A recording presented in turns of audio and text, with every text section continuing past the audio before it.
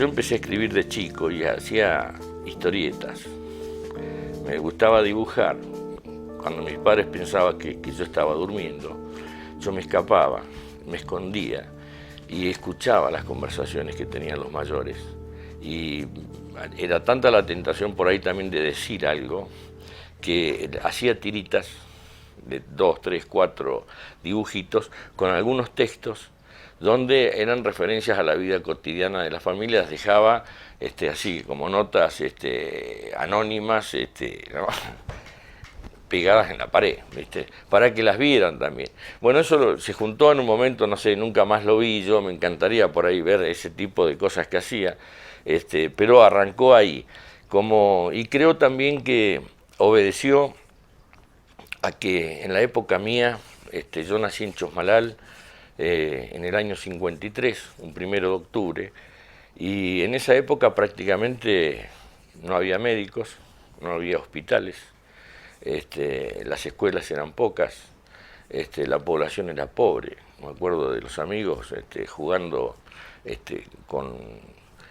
No tenían zapatillas, no tenían algunos, unos cueritos atados así con tientos. Y eso era muy común en la época mía, se compartía todo, a veces se comía en el colegio, mi madre cocinaba también para la gente de la escuela, así que me tocaba comer, cuando mi mamá cocinaba yo comía en la escuela. Y eso fue un grado de socialización muy grande que se hizo. Yo traía a los amigos después del fútbol a tomar el té, esas cosas.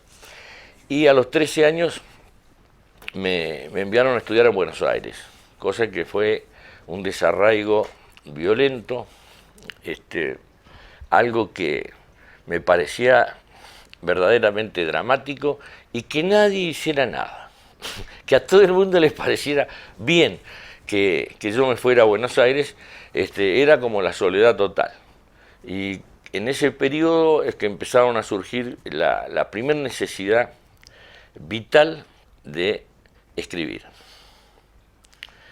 Y después con el amor, las chicas, ¿no? También el imposible, ¿no? El querer ser diferente, cierta vanidad por ahí de que a lo mejor eso podemos encontrar algo que no nos da por otro lado. Entonces, pero ¿a qué obedece eso?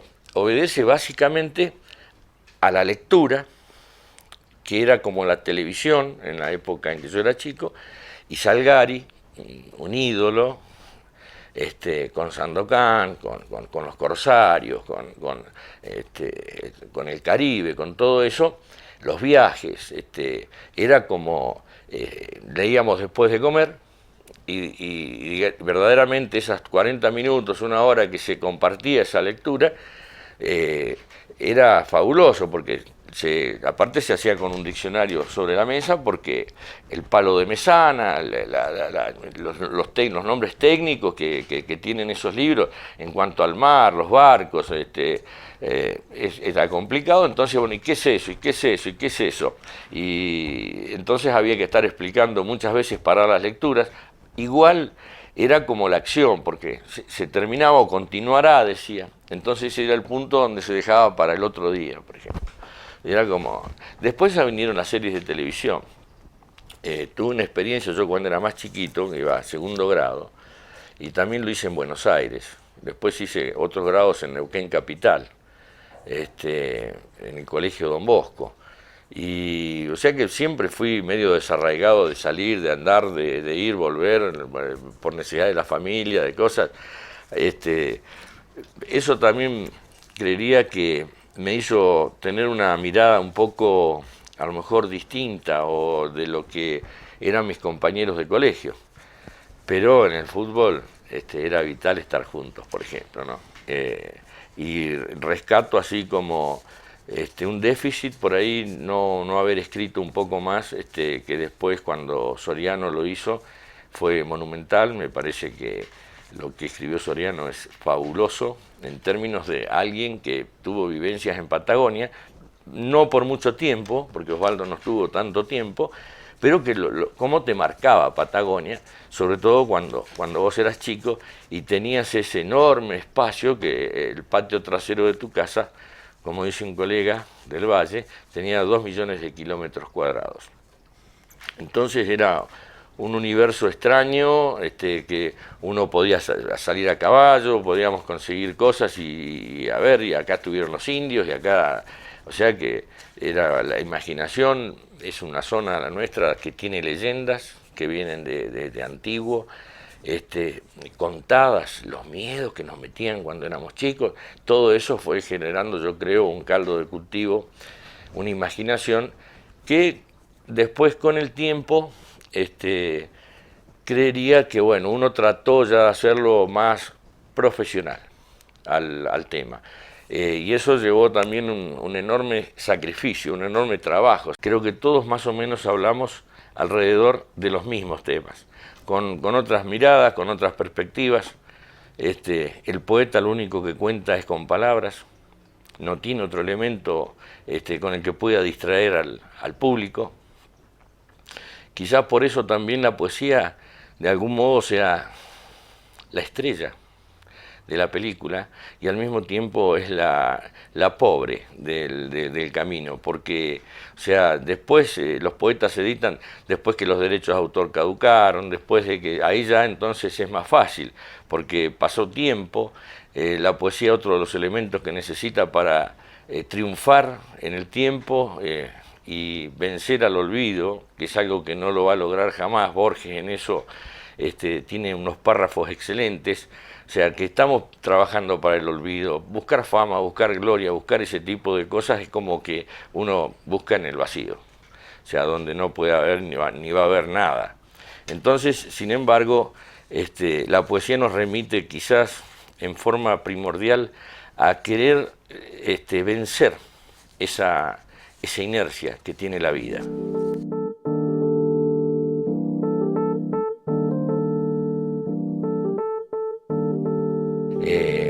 Es cierto que el poeta quizás es el más Aragán de los escritores. Todo requiere el ensayo, la novela, el cuento requiere cierta precisión, cierta exigencia.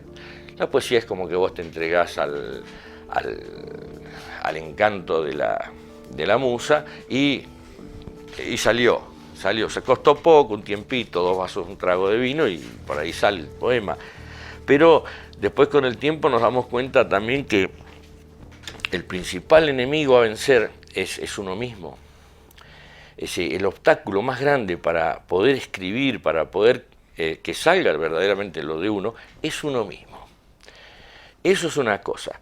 La otra es, al principio, después que uno escribe, por ejemplo, y le parece que ese es un momento sagrado porque la pasó bien, lo que escribió estuvo perfecto, el efecto era inmejorable y me voy a dormir.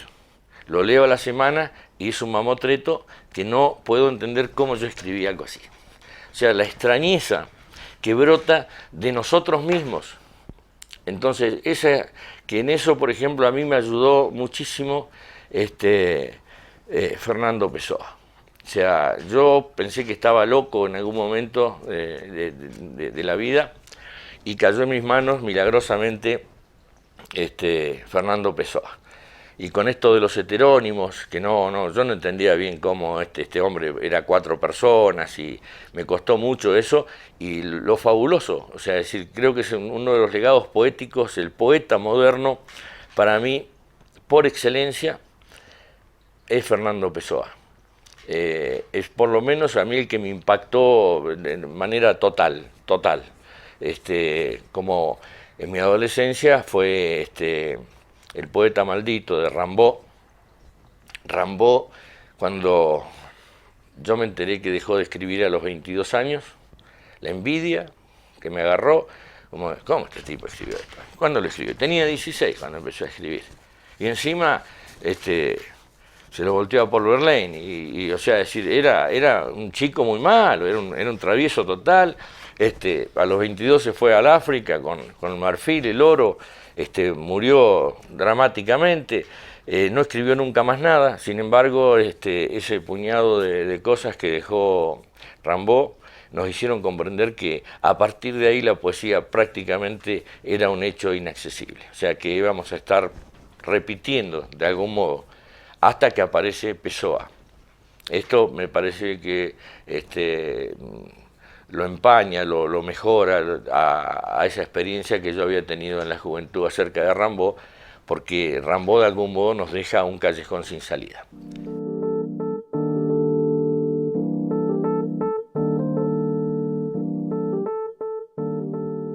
Después vino la militancia en la universidad, fin del secundario, y ahí ya tenía yo cierta participación en cosas políticas de la época. Era secretario del Centro de Estudiantes en Ciencias Económicas en la capital federal. Habíamos traído a Chico Buarque de Holanda, a Eric Nepomuceno, Augusto Boal, que era un escritor de teatro popular brasileño muy importante de la época, y esa efervescencia como que me dejó marcado. Yo me tuve que exiliar, me avisaron, yo no era una persona supuestamente peligrosa porque portara armas o algo así, sino que había tenido exposición y eso lo habían registrado y bueno, y me ofrecieron que me fuera. Y bueno, preferí también irme,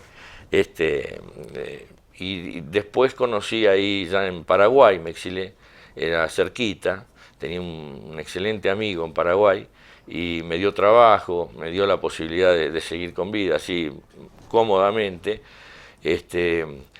Ahí conocí a Roa Bastos, que no podía creer cómo no lo había conocido antes, a este escritor paraguayo que me parece un monstruo, uno de los grandes, junto con Onetti, de los grandes escritores de América. Lamento también que a Onetti no se lo recuerde con el respeto que se merece, es un escritor superlativo. Y bueno, fue maravilloso también ese exilio, fue entretenido. Ahí tuve esa época cuando volví del exilio, que como no tenía una cosa grave de ida, no sabía si volver, tardé 2 años en volver. Ya cuando volví era 78, 79, habían pasado del 76 que me tuve que exiliar. Y bueno, como infinidad de compañeros que se tuvieron que ir, porque era preferible, lo otro podía ser muy peligroso, era la muerte directamente. Así que cuando volvimos, creo que ahí se empezó como a desarmar la red social de la Argentina, esa solidaridad que existía, ese vínculo, esa pertenencia, esa identidad con algunas cosas, el miedo la fraccionó mal, la fraccionó, desconfiábamos de nosotros, desconfiábamos del que golpeaba la puerta, era un momento muy, muy malo y creo que en algunas cosas marcó también los años subsiguientes, ¿no? Por Maquella no fue obviamente lo mismo, pero estaba esa separación ya marcada en la sociedad. Después vamos a ver que nos intentamos juntar cerca de los 80, antes de que se fuera la dictadura, y empezó la época donde, bueno, asomábamos por ahí los que habíamos sobrevivido, nos juntábamos, decíamos que teníamos que juntarnos con otros y empezó a haber ya y a notarse cierto resquebrajamiento del sistema a partir de Malvinas, que pone en contradicción todo el esquema militar. Entonces ya se hizo un poco más, que ya no los veíamos tan fuertes, con tanto poder. Y nos empezamos a juntar, porque hasta estaba prohibido juntarse en grupos, por ejemplo, ¿cierto? O sea, las prohibiciones eran bravas. Entonces ya empezamos a salir a la calle, por ahí, a hacer y a juntarnos entre sobrevivientes y gente nueva que quería saber. Ahí circulaban en Silvio Rodríguez en la música y otros autores que no se conseguían en las disquerías.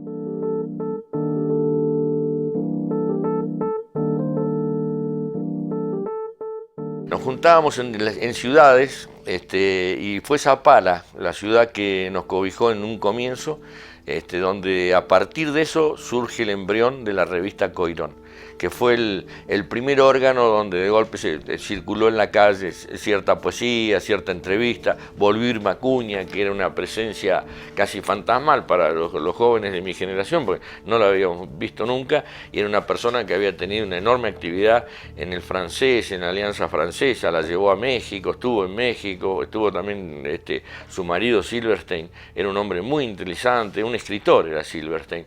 Por ejemplo, la historia de la guita, la hizo Silverstein en el teatro, o sea, gente muy talentosa.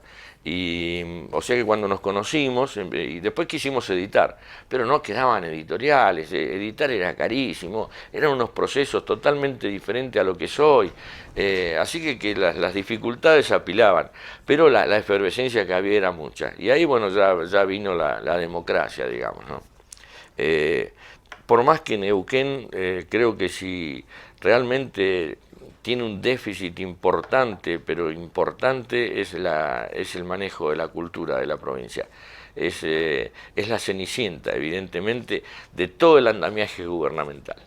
O sea, todas las otras áreas, la energía, la salud, la educación formal, de algún modo, tiene fondos, respira. La cultura no, la cultura está condenada a ser como un adorno en la solapa para los días de fiesta.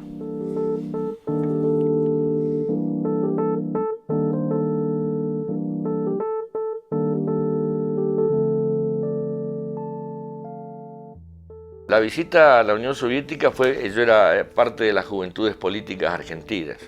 En esa época yo colaboré con Alfonsín. Después de mi experiencia del 73, que fue muy brava, me pareció bárbaro lo que estaba planteando Alfonsín a la sociedad y bueno, me comprometí con eso. Y dentro de ese esquema fue que yo viajé a la Unión Soviética, todavía estaba Gorbachov, todavía Cancillería no te visaban la entrada a la Unión Soviética para que no te perjudicara con terceros países, o sea, eran todavía los coletazos de la Guerra Fría. La Guerra Fría no era una guerra que se libraba, sino que se libraba todos los días en los diarios, en la opinión, uno tenía que leer entre líneas. Todavía queda como cosa así terrible el bloqueo a Cuba. O sea, no me parece, o Malvinas, me parecen enclaves coloniales que no nos puedo imaginar todavía hoy que sigan funcionando. ¿En base a qué argumento le van a negar al pueblo cubano porque apostó por el cambio? Y los cambios que hicieron en educación, en salud, que fueron abismales en relación a lo que podía haber pretendido la isla de Cuba con el otro, era un prostíbulo de los norteamericanos y de la mafia. Y eso está reflejado en películas, en cosas, o sea, no es que hay que inventar ni ser un mago. Y también creo que hoy América está viviendo otro proceso, está emergiendo dentro del concierto mundial, ya también incluso como potencia económica, ¿no? En muchos aspectos, y turística, porque los recursos naturales que tiene América todavía están disponibles y bastante buenos. O sea, hay que cuidarlo, todo eso, pero está muy bien todavía, hay futuro.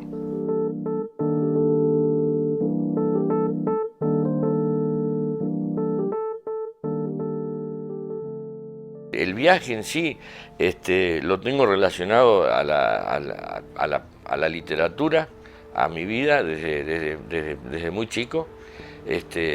Me encantan los diarios de viaje, recomiendo la lectura de los diarios de viaje. Por ejemplo, recomiendo la lectura del diario de Bertolt Brecht, de la guerra, y así hay millones, el de Van Gogh, el diario de Van Gogh, me parece, con las cartas a Theo, me parece una obra impresionante, y infinidad de diarios que nos dan otras pistas, nos acercan de algún modo al hombre de otro modo que el texto literario, ¿no? El viaje También en nosotros, en los patagónicos, es importante porque a donde tuviéramos que ir, teníamos que hacer muchos kilómetros. O sea que hoy para nosotros decir que hacemos un viaje, por ahí podemos hablar de miles de kilómetros. Si uno habla con gente de la ciudad, donde un viaje pueden ser 300 o 400 kilómetros, si les parece que hicieron un gran viaje, por ejemplo, esas cosas que... y que antes me parecía que era como una dificultad, y hoy me doy cuenta también que ese aislamiento que genera esa distancia de la Patagonia hace que se preserven otro tipo de cosas, que hoy en las ciudades no se están descomponiendo, digamos. Creo que el espacio hay que pensarlo de vuelta, o sea, como una cosa esencial para el hombre.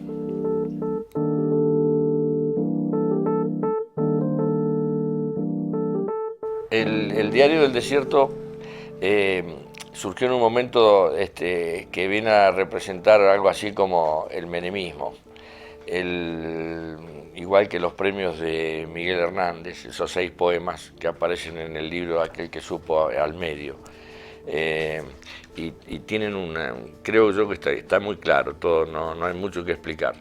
Este, eh, el diario entonces vino como una reacción a todo un proceso que yo había pasado, donde vos te podés preocupar, podés tratar de ser mejor, de hecho lo podés lograr en algunos campos, pero no se abren fácilmente las situaciones para que uno pueda vivir de eso, pueda ser útil desde donde cree que tiene algún valor.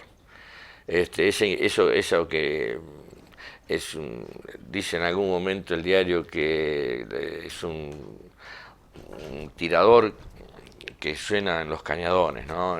Me parece a mí ese tipo gordo que no le importa nada, que está todo mirando todo el tiempo de afuera. Lo corrigió Irma Acuña y lo corrigió un amigo mío, Martín Malarro, que es un escritor de cordobés, pero que vive en Buenos Aires. Y se le sacó una parte, quizás yo diría la más cortasiana. Se le sacó mucho más de lo que tiene todo el libro, por ejemplo. O sea, se podó muchísimo, muchísimo, muchísimo. Tanto fue que esa última corrección la hicimos con Martín Malarro, que cuando yo volví le presenté la versión que para mí era final a Irma, Irma se enojó mucho conmigo. Me dijo que había hecho un crimen, que lo había matado al libro. Y quedé yo con eso. A Finzi también le pareció que merecía otra segunda oportunidad, algo de eso, y me pidieron como que en algún momento a ver si podía retomar ese diario del desierto, si podía llegar a ampliarlo o algo. Lo pensé, como justamente lo que vos veías en el diario es muy, muy cierto. Hay ahí como una repulsión muy grande a lo social establecido, que circula por todo el texto, a pesar de que ganó la poesía, ganó el poeta, en el mejor sentido de la palabra, ganó la vida, frente a esa visión apocalíptica, de abandono de todas las cosas importantes para el poeta. Sí, la naturaleza, es la distancia, el agua clara, el agua pura, las montañas, todo eso, es como que hay un sentido positivo finalmente en la escritura.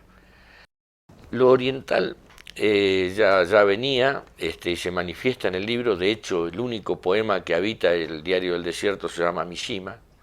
Y Mishima es un escritor japonés que se hizo el harakiri en el edificio central de las Fuerzas Armadas de su país, como una forma de reacción a todo. Y es uno de los grandes escritores también del siglo XX, ¿no? Mishima para nosotros fue mi primer contacto con la literatura japonesa, fue Mishima. Y no sé si no es el diario de la máscara, ¿no? Algo así que se llamaba el libro. Donde aparecen cosas nuevas dentro de lo que es el panorama literario. Y que venía de Japón, o sea, y se hace el harakiri, o sea, me parecía lo más occidental que había hecho Japón. Y tan japonés que es Mishima. Entonces eso me hizo profundizar en Mishima. Tengo un enorme respeto por Mishima. Murió muy joven, un hombre que yo lo sentí a la distancia vital. Un hombre vital desde muy joven, muy comprometido y consustanciado con sus propios demonios, con sus propias cosas, pero de una riqueza extraordinaria literariamente hablando.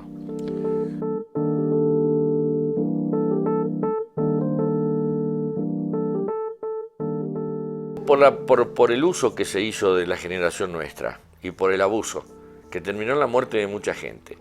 Por eso, pendejo. Ese es el diario del pendejo, el tipo que cree, el tipo que todavía tiene esperanza de que haya un cambio. Y por eso dice, fuimos pendejados de ida y vuelta, el diario del pendejo. O sea, y uso esa palabra que es como peyorativa a propósito, porque es una palabra que es peyorativa. Éramos pendejos nosotros en esa época y fuimos pendejados. Eso tiene que ver también con rescatar ciertas terminologías del uso, que el primero que las hizo fue Cortázar.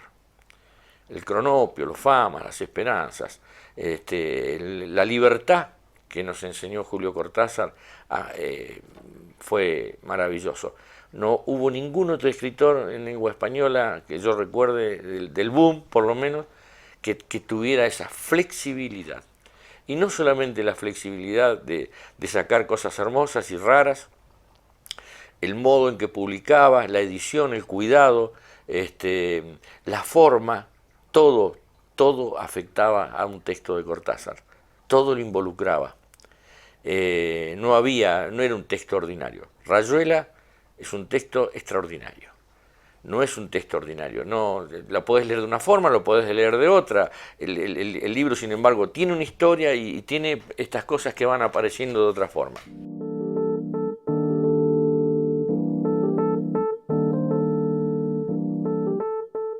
Pero lo que está apareciendo ahora ya es que intenté sacar esos haikus, como mi poesía es una poesía más bien breve, no es una poesía que abusen adjetivos o ese tipo de cosas, sino que es muy esencial, muy por momentos es desprovista de cosas.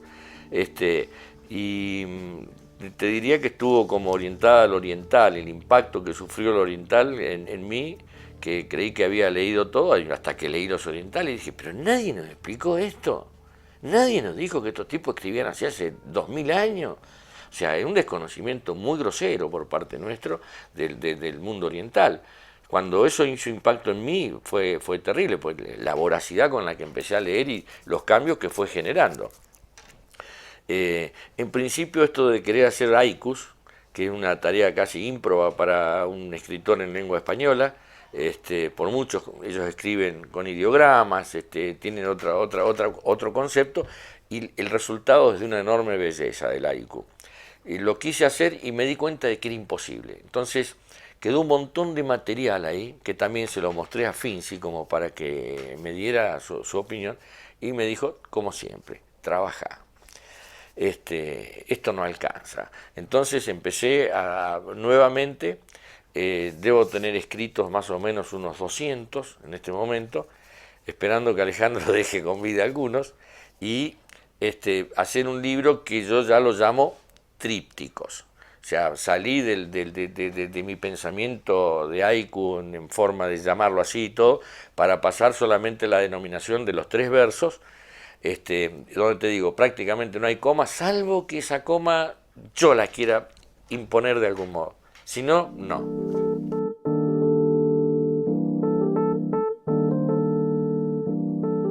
Las ediciones que hacíamos en esos años, como te digo, eran ediciones a pulso. El primer impulso me lo dio a mí Gonzalo Bacanarvaja, que era un amigo que teníamos en la adolescencia. Estuvo exiliado de 16 años, 18 años, nos vimos después de ese tiempo con Gonzalo, y yo ya escribía de adolescente, entonces él se acordaba, y yo no había podido editar nunca, bajo ningún concepto, y él cuando volvió del exilio puso una imprenta en Córdoba y me lo publicó él, me hizo 100 ejemplares como para que yo sienta la sensación de la edición. Y eso también fue bárbaro porque hasta que uno tampoco ve el libro publicado desde afuera, es importante, es muy aconsejable que los jóvenes en algún momento publiquen, porque pasa un tiempo y como decíamos, o sea, uno ve con otros ojos esto y, y analiza de otra forma las cosas. Hay que publicar, no se puede no publicar, es lo peor que le puede pasar a un escritor, salvo que sea Kafka. Voluntariamente Kafka dijo, quemen el baúl, le dijo al amigo, sabiendo que no lo iba a quemar. Obviamente, o sea, decir, acá hay algo que hay que entender también. El escritor depende del lector. No hay escritores sin lectores. No existe. Lo que yo escribo se completa en lo que lees vos. Haces una recreación, como dice Octavio Paz, de lo que está. Cada lectura es una recreación. Una traducción es una recreación. Y nosotros en el idioma español, lamentablemente, tenemos muy malas traducciones de las obras extranjeras, de otro idioma. Sin embargo, Argentina fue un país señero con las traducciones. Fabril Editora y todos, Onetti y todo ese grupo de gente en su momento trabajaban justamente en esto, en traducciones, en el nivel editorial argentino.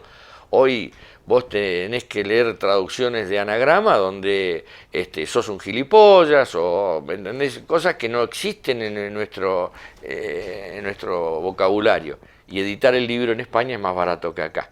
Entonces sos un gilipollas.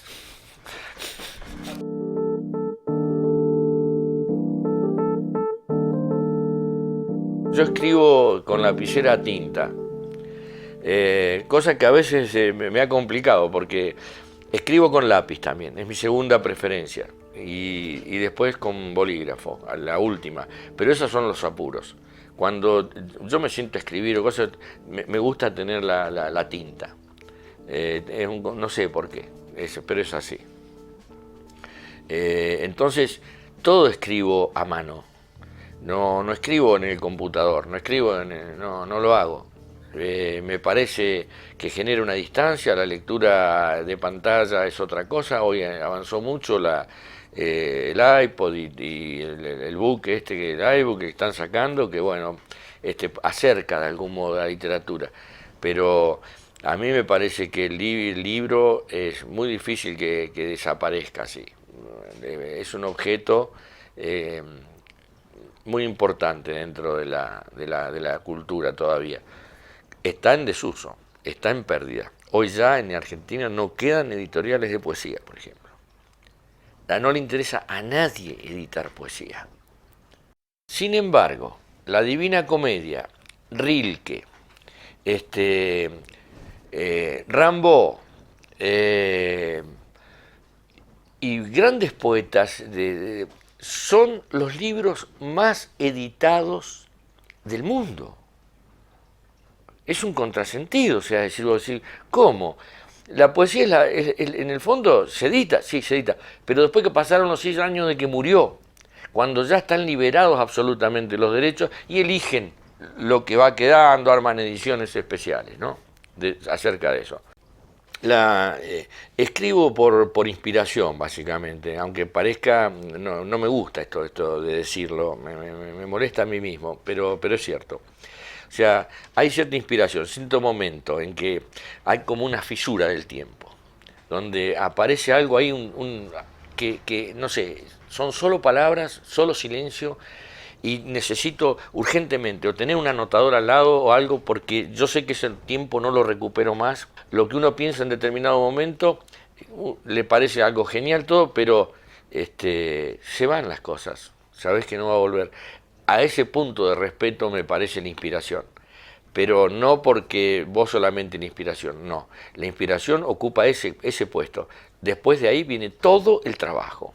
viene todo el trabajo, vienen los nuevos ojos, viene la crítica, y aprender a respetar lo que sale de uno. No, el poema tuyo tiene que tener un sentido primitivo, lo tiene que tener, fíjate, y lo tiene que tener. Respetar eso. Uno puede corregir porque hay palabras viciadas, palabras que te suenan mal, que vos las usás porque te resultan cómodas en el momento en que lo estás escribiendo, pero que no son las más apropiadas para ese texto. Esa otra lectura es lo que hay que respetar también, o sea, decir, ser frío frente a uno mismo, ser crítico de uno mismo. Uno sabe que tiene esa inspiración, pero después tiene que tener el talento de respetarlo y corregirlo.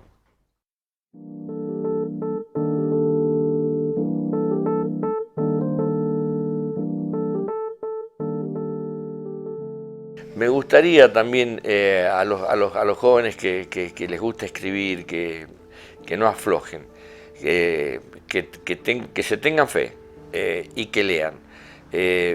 La lectura los va a imposibilitar, los va a atar en un momento, si son lectores, les va a complicar la vida, pero no se va a correr el riesgo de hacer o escribir cosas pensando que uno es tan original.